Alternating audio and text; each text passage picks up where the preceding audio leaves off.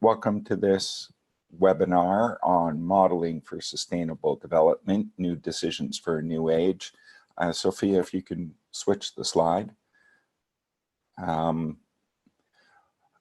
name is Howard Mann. I'm the Senior International Law Advisor at IISD and was one of the co-authors of the book, Modeling for Sustainable Development.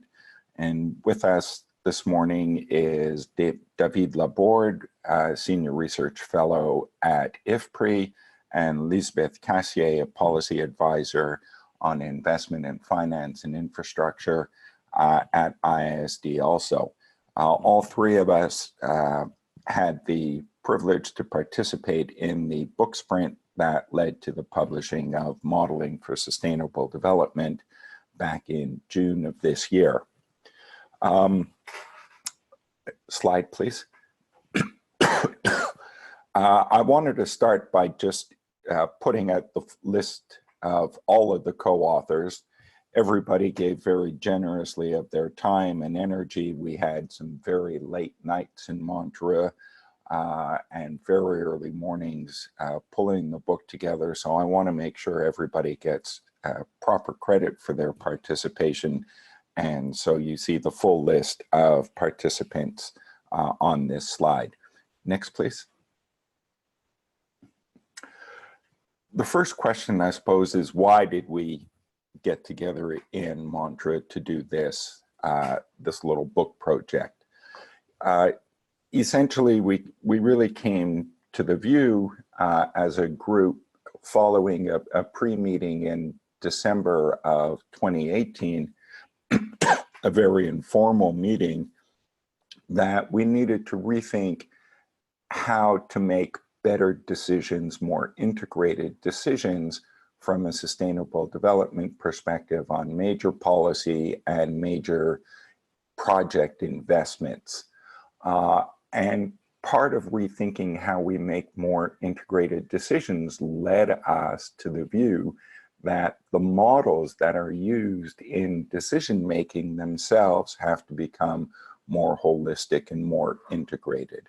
If we want to make better decisions to reflect the complexity of the environmental and social and economic development issues we're facing today, we need to have the tools to do that. And a critical part of having those tools is modeling. And so we met in Montreux to see if we could look at essentially how do we move from one-dimensional finance and profit models to multi-dimensional sustainable development models. And that's what we spent our time in Montreux collectively looking at. The intended audience is all those who use models and all those who build models, and those who should be using modeling as part of their decision-making processes. And I'll come to that in just a second. Our hope is that modeling for sustainable development will help launch a rethink of how modeling is conducted for both projects and policies today, especially given the growing role of models in decision-making and the need to be up to the challenges presented by sustainable development and a holistic, indivisible view of the sustainable development goals themselves. Next, please. Pretty much the first question we had to tackle as a group was, what do we mean by sustainable development? And here we really quickly came to understand that we couldn't be looking at a definition that would then be rigidly applied from case to case. Rather, we looked to the sustainable development goals to understand what sustainable development encompasses, what's included when we talk about sustainable development, and what are the different dimensions we need to look at. And here, really the indivisibility of the three pillars, the social, the economic, and the environmental is critical. Understanding the positive economic and social goals as well as environmental goals is critical. So it's not simply an environmental impact model.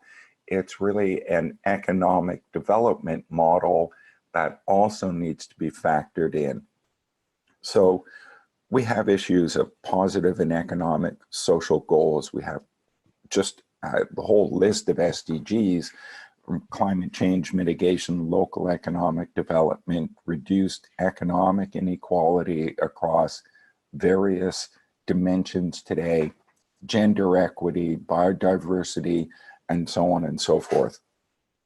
At the same time, we realized that not every project would relate to all the SDGs, and a single model or a single modeling process would very quickly become overwhelmed if each SDG and all its targets and indicators had to be reflected in the inputs and the results. And this led us collectively to the view of the importance of process in modeling. Slide, please. And you see on this slide a bit of a review of what that process includes. Understanding there's an issue that needs to be addressed, and the decision makers need some support, some inputs in making an informed decision. Then you have the model commissioners, and this is really a key point in the link, because the model commissioners will define how broad the scope of the model is. And they need to be able to interpret the needs of the decision makers, but also understand the breadth that's needed and the process that's needed to go along with it. And the model developer then fits within that process. They have to develop the technical parts of the model, but do so in a way that reflects the needs of the broader stakeholder community and the decision makers. And then the model users will interpret the results, communicate the advice to decision makers and to other stakeholders who may be watching the process, engaged in the process, or impacted by the process. And finally, the decision makers will get the model back and the results of the model to inform their decision making. Next slide, please. The process part of this, I've just titled this slide, Process Matters, Legitimacy. The process at all stages is critical to ensure that the end result is seen as legitimate, that there's been a valid exercise, that stakeholders have been engaged, and so on. And what's really important here is to understand that the model doesn't deliver an answer. The model delivers information on the implications, fiscal, environmental, social, economic, and so on, of different options to achieve an objective. So the model in that sense should be understood as enabling a conversation, promoting a conversation that then leads to a decision that in itself is seen as more legitimate because it's gone through the more objective process of verifying options and issues through the modeling process. So with that general introduction, next slide, please. What I'd like to do is turn it over to David, who will take us through the more detailed parts of the modeling process and some of the technical issues that we discuss in the book and that were discussed in preparing the book. And then Liesbeth will come back after David with a view of some next steps and future steps issues. So David, if I can turn it over to you. Yes, thank you, Howard, and thanks everyone for being with us today. I'm going to revisit some specific aspect of the modeling process that has been introduced by Howard and that you will find many more details in the book. I think that's the key starting point will be the previous point made by Howard, in the sense that, of course, models are going to generate numbers, but we should not be blinded by them on one hand. And on the other hand, we want to make sure that people have some trust in these numbers if we want to trigger a good decision. And while some of these issues are very common to any modeling exercise, when we apply quantitative modeling to sustainable development, we are going to face some specific challenges on one hand, but also we should not forget that what we want to achieve sustainable development is a number of behavioral change by the different stakeholders, from the decision maker to the civil society, and also including experts.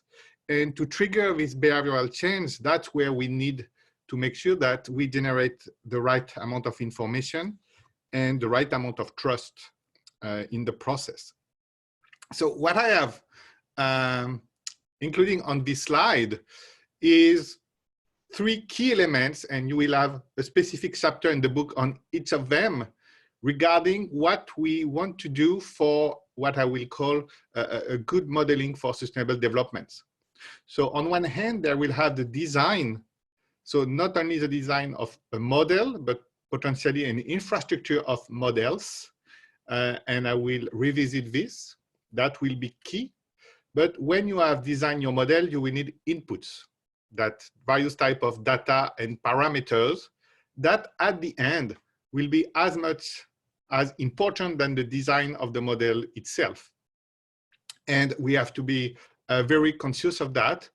And once again, in the context of sustainable development, because we are going to look at different issues that will include different fields of science, so economics, physics, ecology, and so on, we will have to deal with a wider range of issues than what we may have been used to do when we do financial or economic modeling.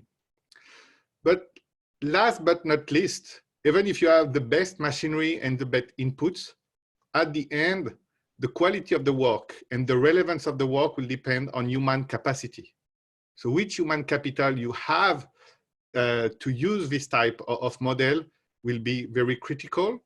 And in the book, we discuss at length this issue. So actually in my presentation, I will not go more in detail, but I just want to make clear that good modeling requires a good tool with good data and good people. And any weak links in this triangle will undermine the process. And once again, because we are talking about sustainable developments, the type of people we need to bring around the table, at even just at the technical level, will be more diverse than what we have to do. So we have to tackle the challenge of multidisciplinarity in many cases, and we should not underestimate this. Next slide, please. So, of course, we have already a wide range of models operating at different scale. Some are used to analyze large-scale policy change. Others can be very focused on a specific project. So it can be a mining project, it can be an infrastructure project. And therefore, we are used to operate with these different scales. But usually, what matters in most of the project and policy reform we are looking at is economic and financial outcomes. So how much the GDP is going to increase, what will be the rate of return of its investment, and you can compare different options. At the end, you do a cost-benefit analysis in one way or another, and you take a decision. And that's true for policy modeling, that's true for project modeling. When we move in the space of sustainable developments, we need to bring new dimension, to be careful about new details, both on the social and environmental dimension. And it's where we see models also coming from other disciplines. Some can track biophysical relation, and maybe more than usually used, we have to deal with different scale, both spatial and and sometimes in terms of time, meaning that which unit of time you are going to deal with in this context. So in the book, you will see a typology of model. We try to open to non-expert these different type of model that you can face. And as we are going to discuss, actually, depending on which issues and which specific relation are relevant for the issue at stake, you may need to have one type or another, or in some time combine them. So, but it's always good to have a clear idea of what exists today, what are the strengths and limitations of this different type of model in order to design the right infrastructure that we would like to use at the end. Next slide, please. So, as I have just said, we have different type of model. Now the question is how we are going to potentially combine them, or are we going to need to develop something new? So, as I have said before, a part of this will depend, of course, on the issue at stake. The other part will depend on what type of human capital, what type of also financial resources you have, because of course, larger model, more ambitious model will require a larger number of people, a larger amount of time in order to deliver on that. And we should not forget that, of course, we can design the best instrument, but the best instruments will be associated with some cost and some constraint that can actually undermine the decision process. So keep this caveat in mind. What we present in the book is actually the first way to integrate the different dimensions of sustainable development. And what we see that you have three types of steps. One is just to take one existing model and to start to include other dimensions. So let's say that you have a mining model and you know how much minerals you are going to process. At this stage, you mainly have a model that is about the financial of the mine, but with a second layer of information about the amount of water you need to process these minerals, you can start to provide indicators about the water requirements of this project. So it doesn't change the design of the initial model, you just add some complementary information. Then you can start to combine existing models. So you have one model about your mine, and then you have one hydrology model about the surroundings. And then you can start to have interaction, or at least the consequence of the output of the first model on the second model. And then third, you can develop a new integrated model that can be starting from scratch in many cases, or just experiment on something or extend on something you have. But the key thing is really to have a discussion about what are the key relations that you need to capture in your modeling framework and to design your modeling framework properly. Because in some cases, when you just try to recycle what you have, you may miss very important issues. So sometimes having the right brainstorm at the beginning to say, okay, what do we need? And then to decide which tool can be combined or developed is key, instead of saying, okay, this is the tool I have, let's see what we can do. That's what we call the horizontal integration that are across domains. We also have a vertical integration that is between these different scale, in particular spatial scale of decision making, and to understand also at which boundaries, spatial boundaries, the phenomenon studied is taking place. Next slide, please. Now that you have designed your infrastructure, that you know what type of model you want to use, you are going to need inputs. And they are going to be from two types, actually, what we call the data. So they can be observed or estimated. Let's say that it's today's GDP or the GDP of 5 years ago, or what is the current level of poverty in a country. When I say estimated is because, for instance, you don't have a household survey providing primary information on poverty every year. You may have to take information that is already 5 years old and use it to estimate what is today's level of poverty, just to start to know what is the level of poverty today. So that's on the data part. And after you have what are the parameters, basically the elements in your model that explain how the different variables interact. Traditionally, it was mainly between economic and financial variables, but now you will have also feedbacks from the social and environmental point of view. And here also, we have a set of technical behaviors that are basically based on technologies. Let's say how much you emit carbon when you burn different type of coals, or behavioral that can be either linked to human behavior. What's happened if you start to generate income for the, let's say, the female member of household, where this household, if this income is going to go, is it for food consumption, education, health, and so on. So that will be important when you want to track and understand what is the gender dynamics of a specific project. Or they can be about the behavior, I would say, even of the biophysical world. So if you start to use more or less fertilizer, by how much you are changing your yield. And some of all these elements are what I will call relatively hard data, thing that people will find an agreement easily, when others are going to be extrapolated, estimated, and that will be also an important process in the model that people agreed on these ingredients that you put in your model. Next slide, please. So when you have this type of model, then you start, what I will say, to provide information here on the 3 simple dimensions of sustainability. And you say, okay, this project or this option have this environmental performance and or cost, it can be positive or negative, this social performance and this economic performance. Of course, behind all of this notion, we have a family of indicators that can be used.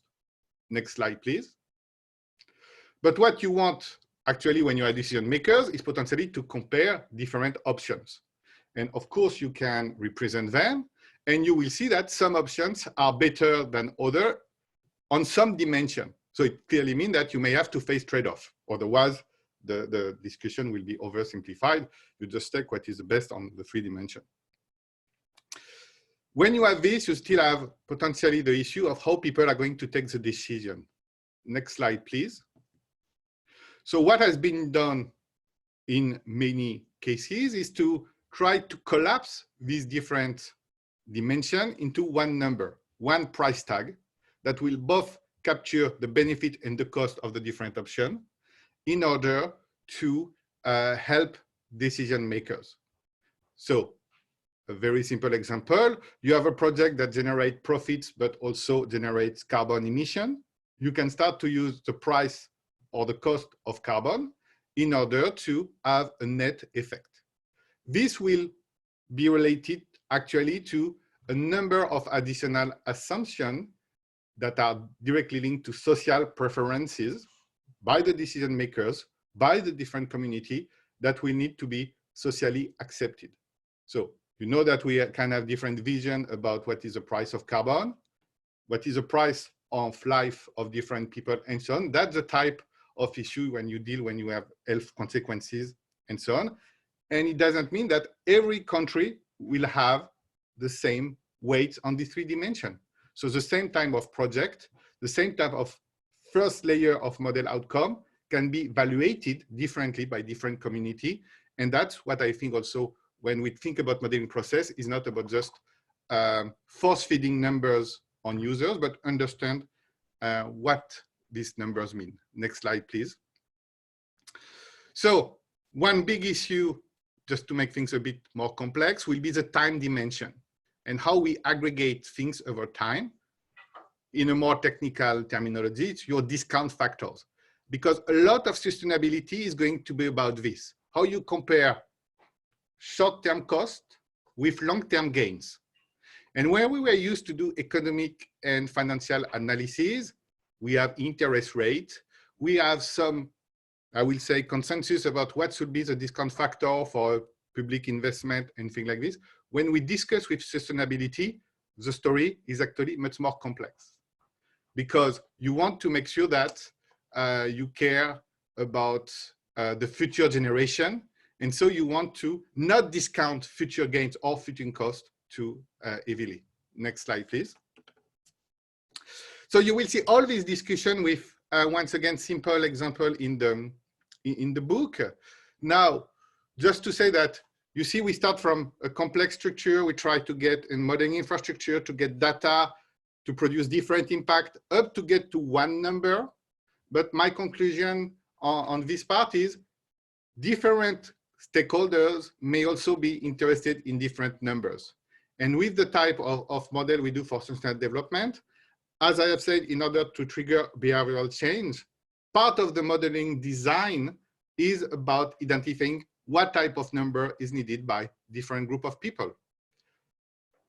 That here you have an example between what the governments can try to have this multidimensional approach when some stakeholders will focus just on one. Thank you. I'm stopping here, and I'm sure we will reconvene for question and answer. Great. Thanks very much, David. Liesbeth, do you want to pick up from here? Before you do, let me just go through the process that will follow after for questions and answers so people can actually begin to organize if they want. There's three different ways to make questions or comments. One is using the general chat box and send in the comments to all participants. The second is the Q&A box, which can be used. And the third is to raise your hand on the attendee list, which you all have access to. And if you raise your hand, then we can see that and call on you during the Q&A part. So those are the three different options that we'll have available. So Liesbeth, if you could carry on, and then we'll turn to the question and answer after. Thank you, Howie, and welcome everyone. What I'll do is cover a few points on lessons that we learned during the book sprint process from engaging with the modeling community that was participating as authors to the book, as well as people who directly work with governments in advising on policies, as well as on projects, and so having been involved in the decision-making process. So I would like to cover a few of those points that we learned, and then I'll hint at a few next steps that we definitely welcome the audience's feedback on. Let me start with some of the lessons learned. First is that during the book sprint process, we brought together modelers from different disciplinary backgrounds. And I think that brought a lot of insight to the table, to the group itself. As we all came from these different disciplines, we really were challenged in developing a common language around modeling for sustainable development. What does that mean, and who brings what type of information to the table? And that actually brought us to developing various ways of integrating knowledge into models, meaning that there were times where we saw examples where existing models and modeling approaches could be expanded with the knowledge of different disciplines, of different models. But we also saw that there were approaches to take where certain outputs from certain modeling approaches could actually feed into inputs into future models. And a third one, I think, that came out of our discussion is that sometimes it might be worth to start developing a model from scratch, integrating information and knowledge that different disciplines develop, as David already hinted at in his presentation. Sometimes we have economic impacts measured in one way or another. We have financial impacts related to policies and projects. But we also have information on the environmental, ecological impacts that will need to be integrated into models, either through expansion, through new input outputs, or through an integrated model. And that led us to a quite broad discussion on where do we draw the boundaries of when do we stop integrating certain types of information, And there, it was really the stakeholder involvement that brought some of these answers to the table, because depending on who you involve in your modeling process, those are actually the stakeholders that will help you draw the boundaries to what information to include. And in relation to sustainable development, we've definitely experienced that it's those who will be impacted by projects and policies really need to be involved in the modeling process, as they will bring each of those stakeholder groups, different parts of the information to the table that the modelers can actually use in the development of their models. And I'll give you some more practical examples of that in a moment. Next slide, please. One of the examples that I'd like to share with you today is some of the work we've been doing at IISD around sustainable asset valuation, which is actually, if you wish, an application of the theory that we describe in the book. And what we've done with sustainable asset valuation, or the sustainable asset valuation methodology, which is the long version for SAVI, as we call it here, is that we've combined thinking of system dynamics modeling and project finance modeling to capture and evaluate impacts and contributions of infrastructure projects that aim at sustainable development. So for example, what does that mean? In Senegal, we've been looking at mobility projects that the government is rolling out, a bus rapid transit project in the capital, in Dakar. And in engagement with the Ministry of Finance, we have looked at the different externalities, negative and positive, that this project will bring to Dakar and to the Senegalese citizens. So what we did is brought together a range of information around the avoided costs of pollution, avoided costs of greenhouse gas emissions, as well as the avoided costs of accidents, as well as value of time that is saved by the people commuting in Dakar. And we've integrated that for the government to know what, apart from purely economic benefits, are benefits by such sustainable mobility projects that are actually brought to the Senegalese citizen. And in addition to that, we've incorporated some of these values into the pure project finance models that investors use to seek investment opportunities in countries. And what our SAVI assessment in this case showed was that by integrating these negative, positive externalities, and by making a comparison between investing in sustainable mobility, such as the BRT, versus not investing in a new public transportation project, it actually improved the financial attractiveness of this project. And that was very valuable information for the government to move forward with this project, as they could also seek a better dialogue with investors. Next slide, please. Another example of this knowledge integration in models for sustainable development was through SAVI analysis, a sustainable asset valuation analysis, on an offshore wind farm in the Netherlands, where we worked together with the Ministry of Infrastructure to determine what's the true cost of investing in a wind farm in comparison with a coal plant. So adjusted to the local context, we developed our SAVI model around a business as usual scenario for an investment in the wind farm, meaning that we've included that was a purely project finance model that was going to look at the investment cost needed, as well as the return for investing in an offshore wind farm. And there you see that under that business as usual scenario, the costs for investing in wind power versus coal power is significantly higher.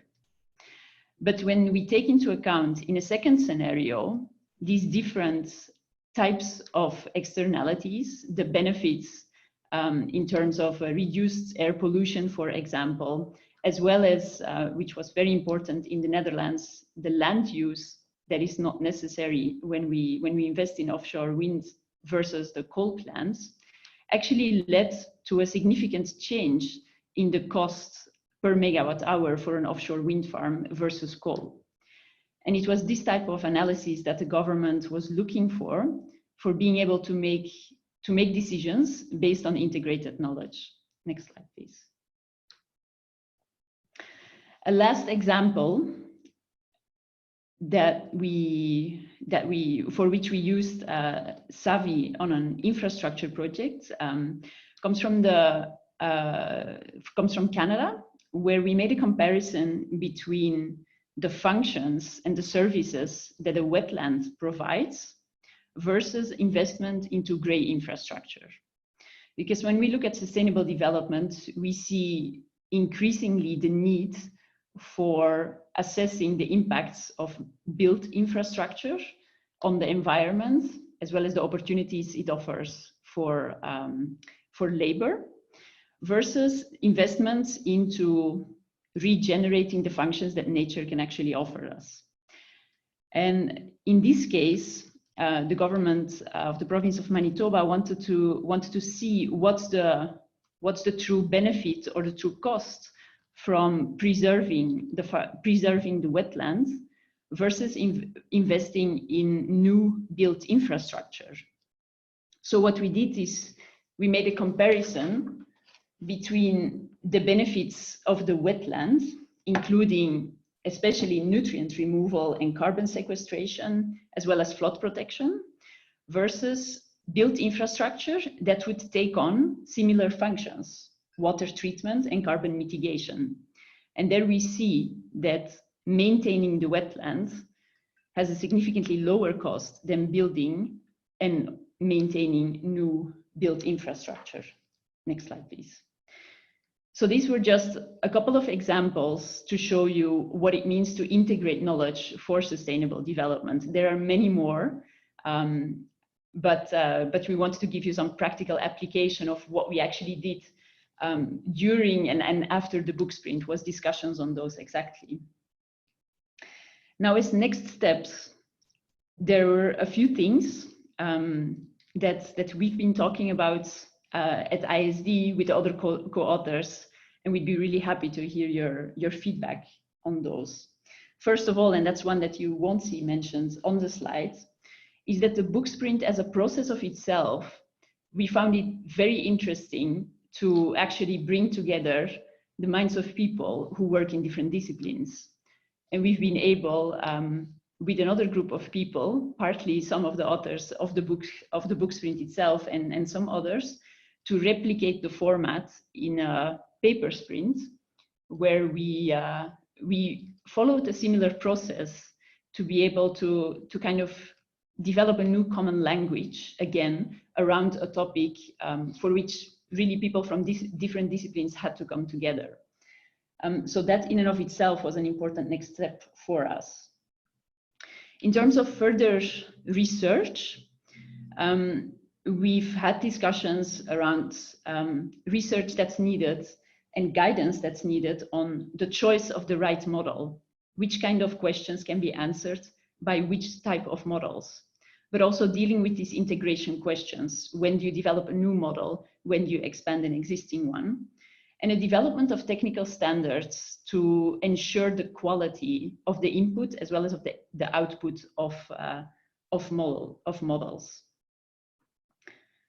With regards to some of the next steps to applied learning, we will develop over the next 6 to 12 months a Sustainable Asset Valuation Academy, where we will do further capacity building on more practical examples on integrating knowledge through modeling for sustainable development. But we're also seeking to do further applications of the theory we're describing in the book with governments, with government agencies on selected projects and policies. And we're also seeking to break the silos through this work in the academic disciplines. Because as we've seen through the book sprint process, bringing together these different backgrounds really lead to some surprising and we believe better outcomes towards sustainable development. So we also want to create further opportunities for discussion between the different academic disciplines. And I'll stop here and hand over to Howard again. Thank you. Thanks, Liesbeth. Thanks, David. Just a couple of comments and then we'll open up for question. Actually, I'll link two things if I can. First, David mentioned the importance of behavioral change. This is an issue that isn't focused on developing countries or developed countries. It's not an issue that's unique to one group of countries or another, or one region or another. It's very much an issue for all government decision-making today, as well as industry and natural resource companies and so on that are making large-scale investments around the world, wherever those investments might be located. So the fact that in some of the preliminary work IISD itself has done on trying to be more holistic and inclusive in the modeling has been in Canada or the Netherlands isn't sort of to suggest that this is exclusively something that can be done in developed countries. Far from it, but I think it does reveal the importance of applying these types of processes in a holistic way in all countries. And the fact that we were able to actually apply a process and generate a different result because of applying the integrated approach, applying a holistic sustainable development approach, when we tested the projects that were being thought of against other options to deliver the same objective, I think is really instructive when we talk about behavioral change. There are ways to actually change behavior if the inputs into the decision-making process become broader and more holistic. And that's the point of why we got together to write the book. And the fact that this has actually happened in some of the initial test cases show that it is possible. And when we look at the work that's being done in Senegal and other work that we're engaged in Morocco and elsewhere, we see this actually does happen, and we do get, we do move towards the type of behavioral change that's actually important. So I'll leave my comments there, and if there are any questions, have we seen any questions yet, or anything in the Q&A? Anybody who's has a question or comment they would like to make, please feel free.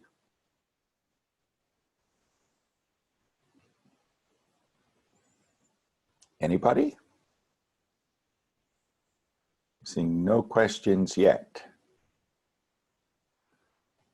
Anyone here in particular from developing countries who have some thoughts as to what might be some of the opportunities or challenges to apply this type of more holistic approach to decision-making in their countries?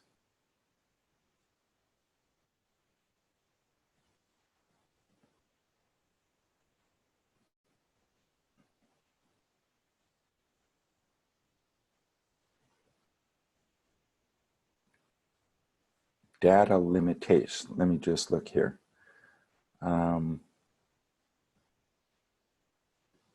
Is the book available online as a PDF? Yes, the book is available as a PDF, and we'll make sure everybody has that access later. We have one question here in relation to data limitations. So I assume that's essentially in respect to having access to data for the inputs, data and parameters for the inputs. And then there's a second question: have we applied this in any Arab countries? So David, why don't you, if you don't mind, take the data limitation issue as well as the second one, And perhaps, Liesbeth, you can also answer the second one after. David? Yes. Thanks, Howard, and thanks for the questions. Data limitation. I will start to say that it's not something specific to developing countries, for instance. If we just think about the Sustainable Development Agenda framework for the UN, that actually has about 200 indicators. A country like the United Kingdom was able only to fill 73% of the indicators that the UN community has agreed as a good way to track the performance of everyone in terms of SDGs. So we have to acknowledge this. Of course, when you move to down the scale in terms of economic development and basically how much money the different countries have to build their statistical system, we are going to see more and more problems.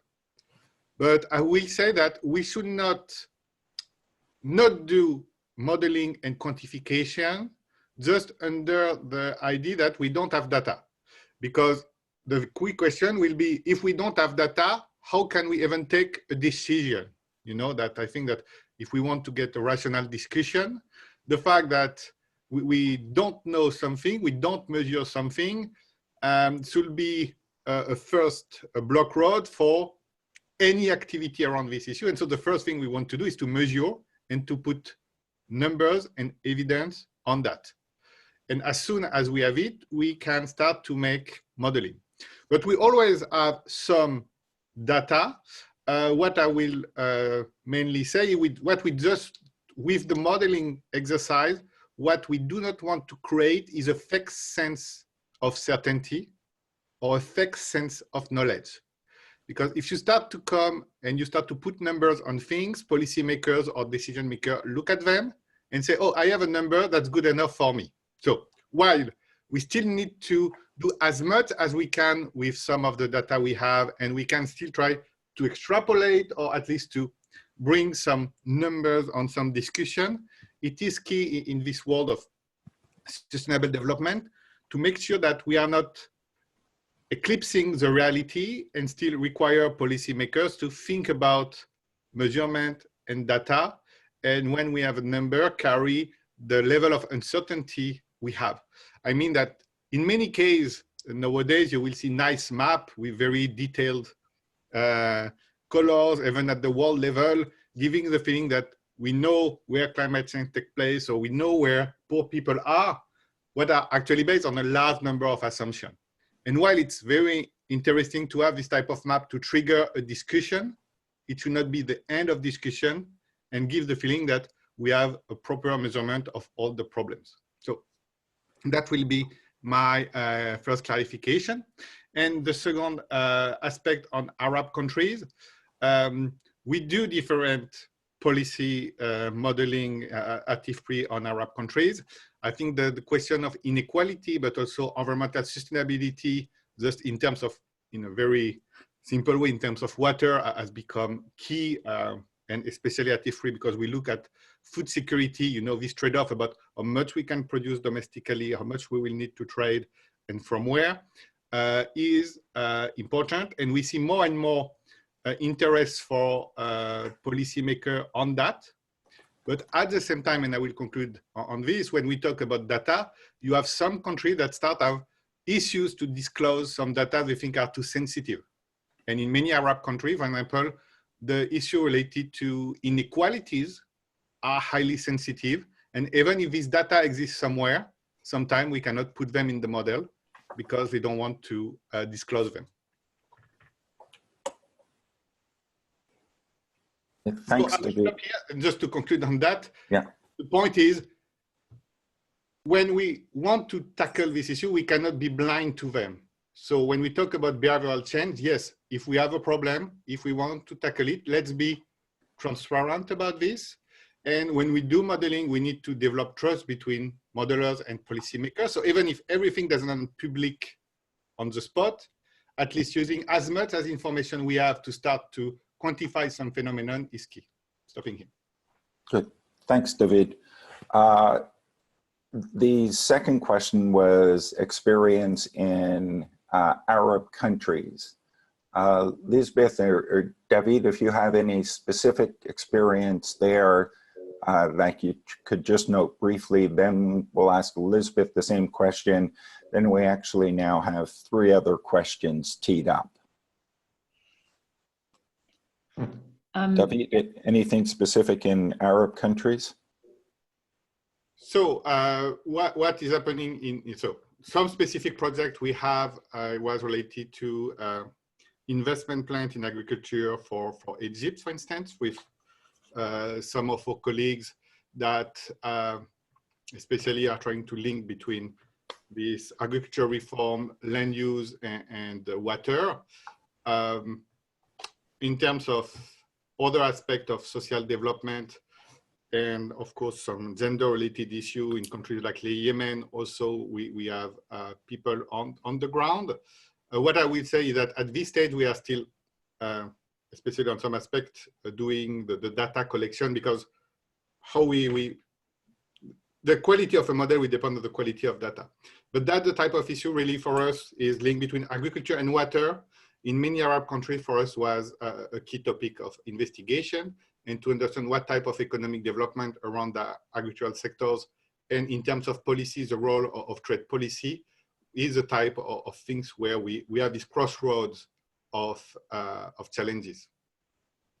Great, thanks, David. That's actually a very interesting reflection of the multidimensional nature of these issues. Liesbeth?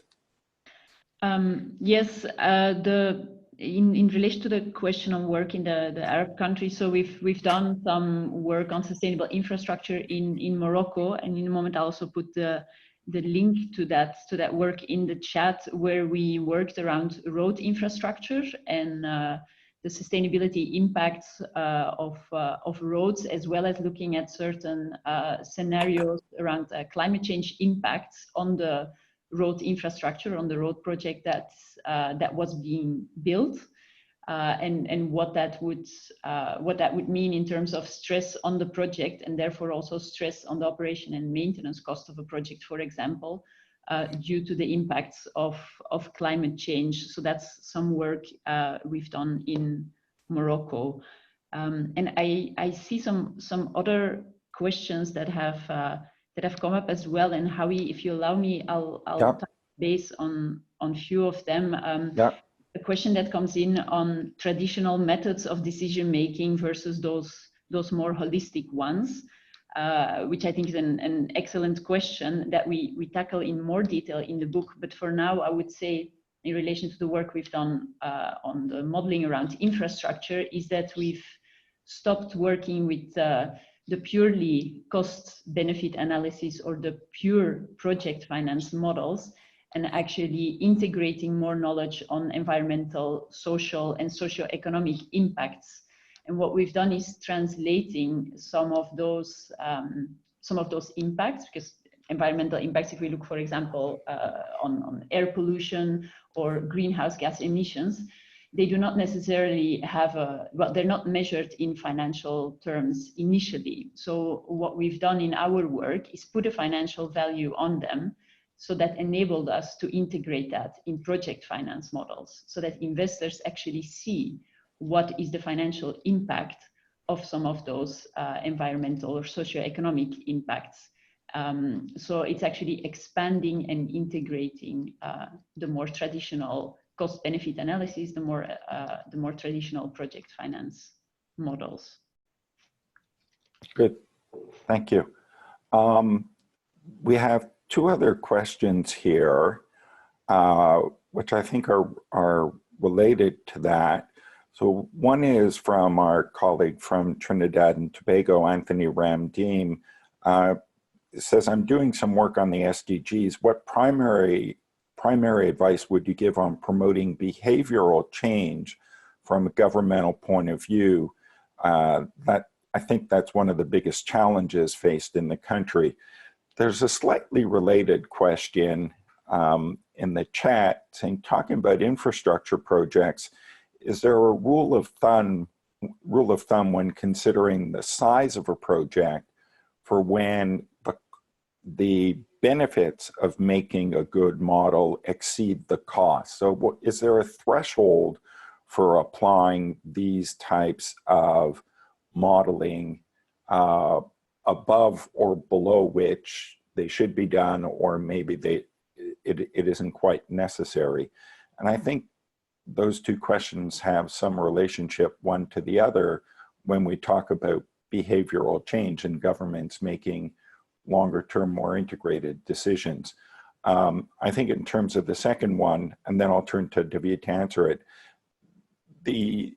I understand why the issue comes from the perspective of infrastructure projects, but I think it applies in the same way to pretty much all types of major investments and major policy changes. So David, do you have, for those two questions, some general advice on how to present an integrated view of the SDGs for government decision-making, and is there a threshold at which this makes more sense than others? I will try to answer both, even if I will focus maybe more on the first one. No, I think that, as Liesbeth has said, even on the side of the expert, this question about how we can get rid of silos when we track, when we deal with sustainable development is quite important. And actually, for governments, that even, I mean, a biggest challenge, because the way that decisions are organized and ministers are specialized, starting to deal with this transversal SDG, or at least the fact that most of the decisions will have an impact on several SDG at once, are going to be challenging.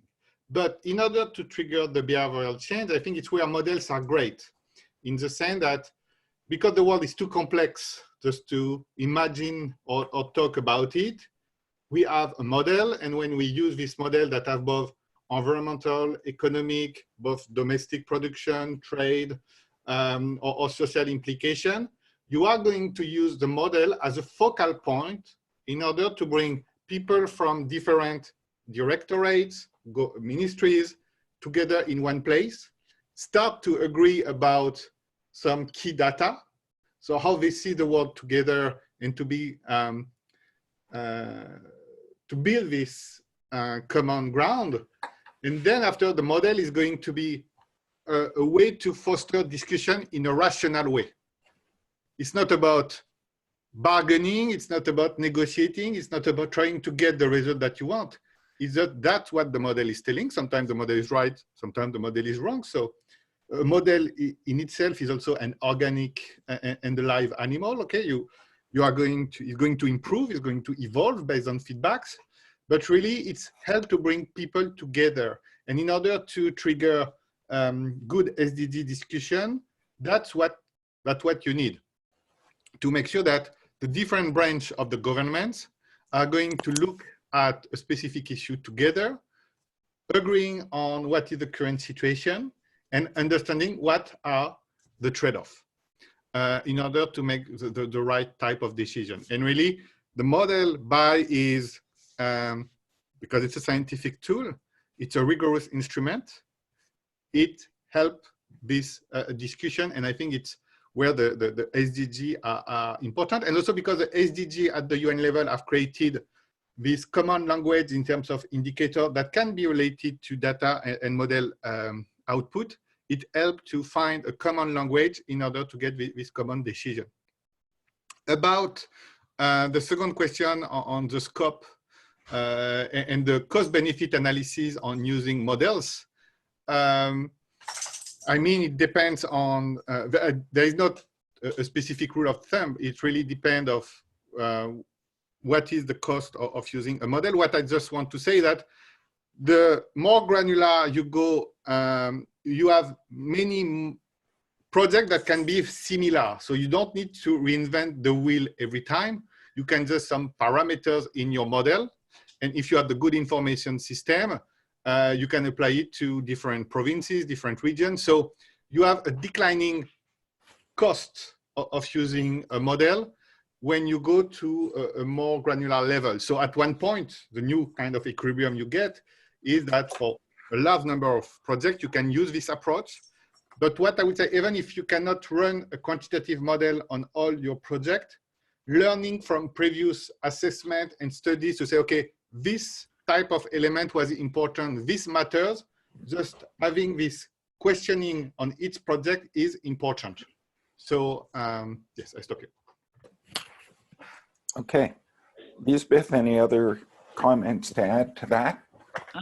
Just very briefly to David's last point, that we have also developed a chapter, the last chapter of the book that speaks about resourcing the modeling process, where I think to David's point, what's important is to have some basic skill set also in-house the agency, in-house of the agency that's actually asking for the modeling exercise to be done, and we deal with that in a book in a way that kind of explains what the different options are.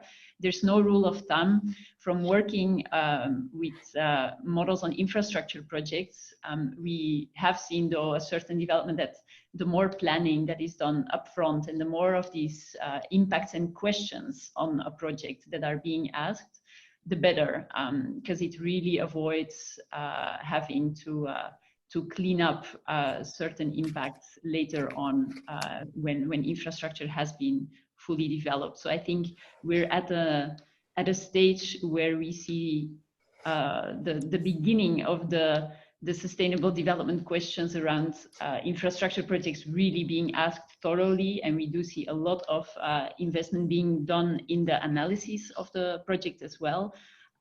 But certainly that planning effort needs to be scaled up. Thank you. Okay.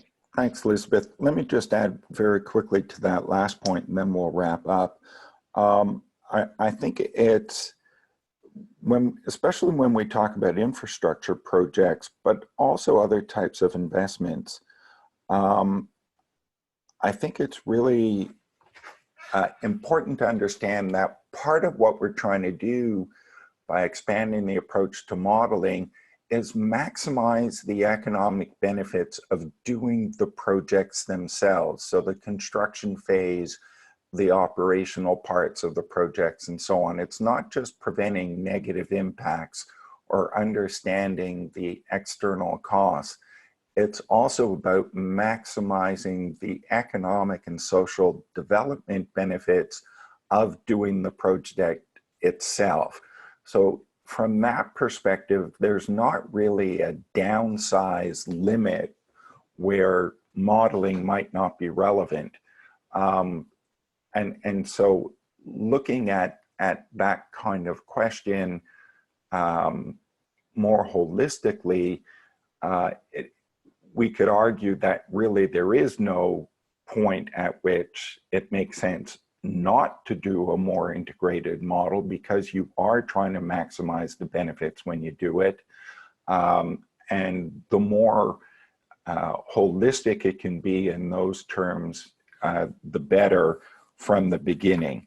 I realize that's not always possible, especially if it's a very local infrastructure project.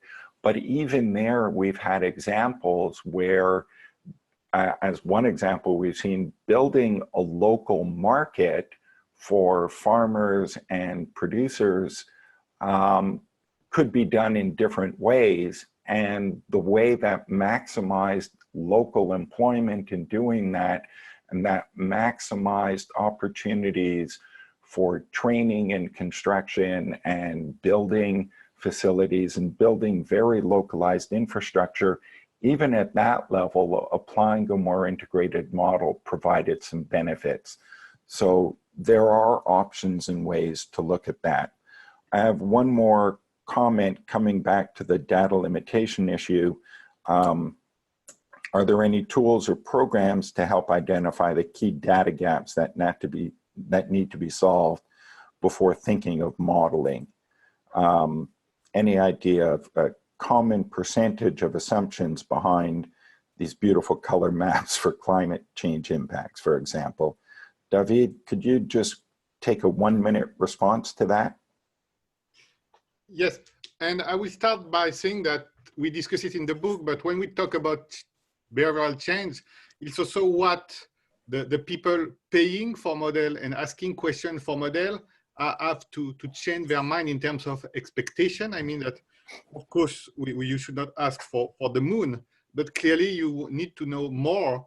And the same way that we are not taking decision in medicine like 50 years ago, we don't want to make decision today in policy or investment decision like 50 years ago. So we want to use as much knowledge and as much sophisticated tool that we can. And this type of question is what also you should expect when you ask or you pay or you have a tender for a model to know, could we have information on that? Now, in existing database and dataset, you have more and more metadata that help to track this.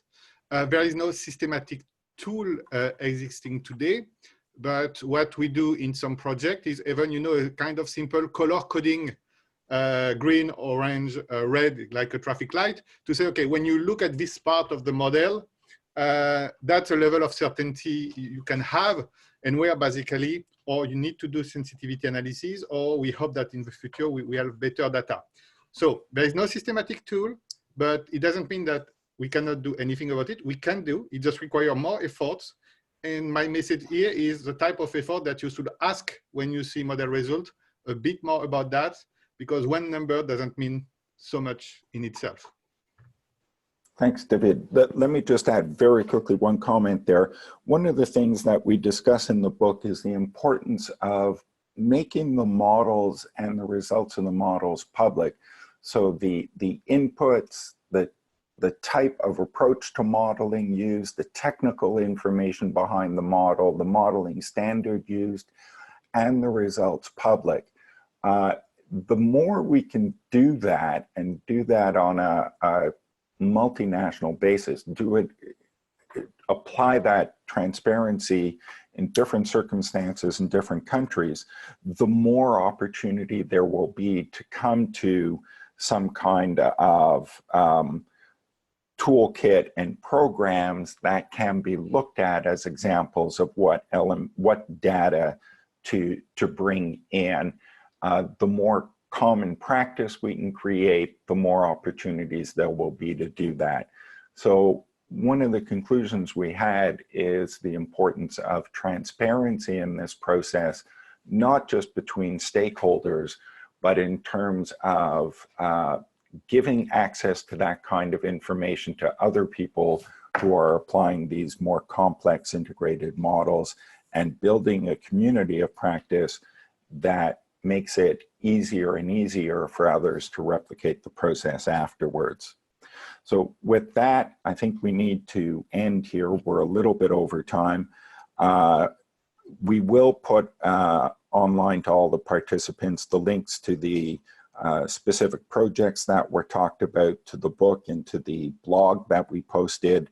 And I would just like to end by thanking Liesbeth and David for all their effort in making the presentations and participating here. Sophia Baligno, who behind the scenes was responsible for organizing the whole webinar for us, thank you. And on the IFPRI side, to Drew Sample and John McQuaid, who provided tons of support in both preparing the webinar and the blog post. Thanks to them as well. And most importantly, thanks to all of you for joining us today. We hope this has been useful. And if you have any follow-up questions or comments, please do feel free to send them to us, and we'll do our best to answer them as quickly as we can and as thoroughly as we can. So thank you all very much. I hope you have a good afternoon or a good morning, depending on where you are. And we look forward to engaging with all of you again soon on this and other issues. Thanks very much. Bye for now.